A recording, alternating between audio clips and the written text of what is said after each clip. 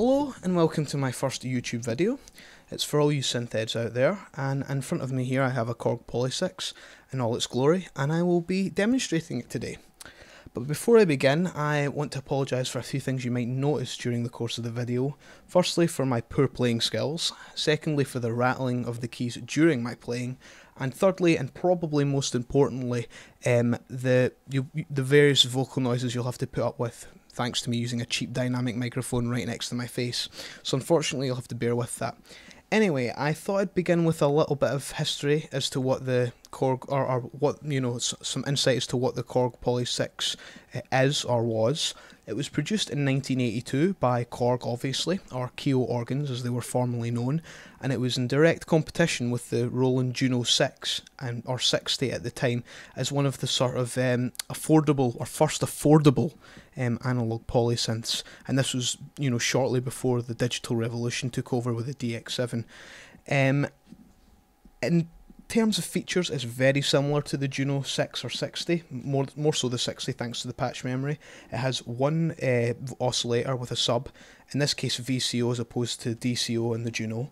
It has an LFO, it has a low pass filter, one envelope generator, analog effects, arpeggiator and patch memory. But that's where the similarities end, because for a start, the KORG PolySix has a few extra features that I think make it a lot more interesting than the Juno 6 and 60, and also it's at the other end of the spectrum in terms of sound character and just aesthetics. It's a lot more raw and less refined, and I'm sure that'll come across when you actually hear it. So to start off with the actual sort of the actual layout of the synthesizer. Over here we have the inputs and outputs, obviously at the back. We have the line level output, which can be set to high, low, or off. High for line level, low for instrument level, off if you want to kill it completely. So a phone's output. Oh yeah, by the way, I'm sorry to mention, it's only mono out. Unlike the Juno, it's not stereo, so you only have mono. It has accepts pedals for the filter, so you can use a filter. You can use a pedal to control the filter for some extra expression. It's got an arpeggiator trigger in here, so that you could use, at the time you could use a drum machine to sort of sync the arpeggiator. Again, this is a pre-MIDI board, so because it's the early 80s before the DX7, so it was the only way you could really sync the arpeggiator to anything. Moving on, we have the chord memory input, something to do with the chord memory, I'm not too sure what that is, and a tape, to tape and from tape, which is the only way you would be able to save your patches, is by actually recording them onto tape and having it convert them back to digital data to basically overwrite the patch memory at the time. The actual synth itself, over here we have the volume pot trimmer here, so that that obviously affects the phones and the output. The tuning, the master tuning, that's just for the entire keyboard. There is no reference for that, so you would have to tune it to an external source, but once you leave it, I've noticed it stays pretty stable, at least it does in mine. Intensity bend, that's basically the range of the pitch wheel over here. It should be at 1 octave.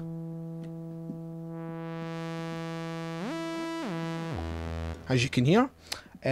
Oh yeah, and just let me mention right now, the KORG PolySix is going through my Novation X station, so it's getting a little sort of treatment from the onboard reverb and delay effect, so it's not completely dry at the moment, although the internal effects are actually turned off at the moment.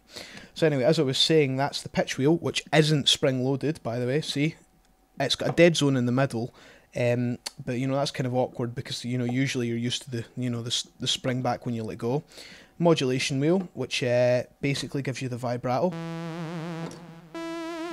and it can also be used. Over here you have the LFO. The mod wheel has got nothing to do with the LFO controlling the filter or the amplifier. That's independent of the LFO with a level setting here. I'll just show you, take the cutoff down, and this should be to the filter. And to the amplifier. A bit of tremolo there. Just put it back off again. Okay, so over here we have the octave setting, which is just the octave for the entire keyboard. It can be set to 16 inches, 8 inches and 4 inches, like the old sort of pipe, lengths of pipe, for organs sort of terminology. For the waveforms we have, as I'm sure you've heard, the sawtooth wave, we have the pulse width wave, or actually square wave, sorry, through to pulse. And the last one isn't actually a waveform as such, it's called pulse width modulation, and all it is the pulse width wave that's being modulated by a dedicated LFO. This LFO here has got nothing to do with it. It's actually got a dedicated LFO for the pulse width modulation, and that is actually quite handy because you know, it gives you a bit more to play with, and also the pulse width modulation on this is, I think, is integral to sort of the sound of the KORG PolySix in general.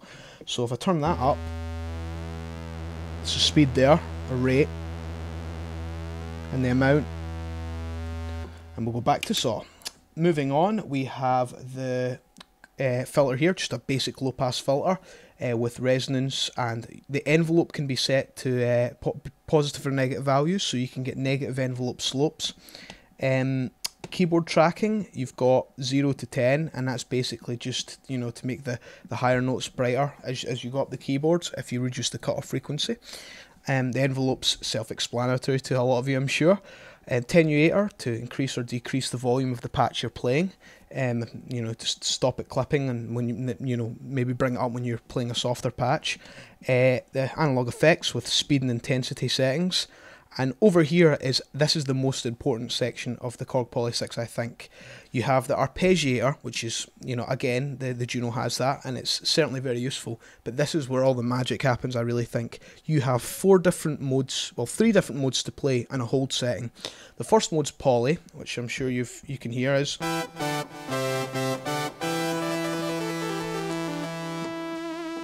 basically like the Juno. You have 6 notes of polyphony to play with. Unison, it stacks all the oscillators in unison and detunes them slightly so you get a really sort of thick chorusy sound. Turn the sub oscillator on.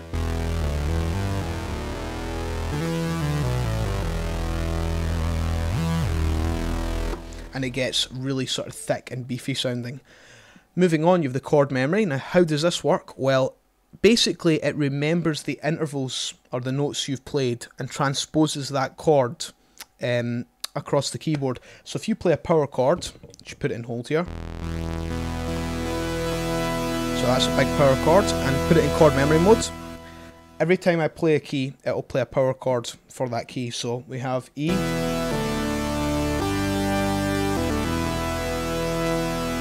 And again, a very integral part of the KORG PolySix sound, very big, very full, you know, and as you go higher up the registers,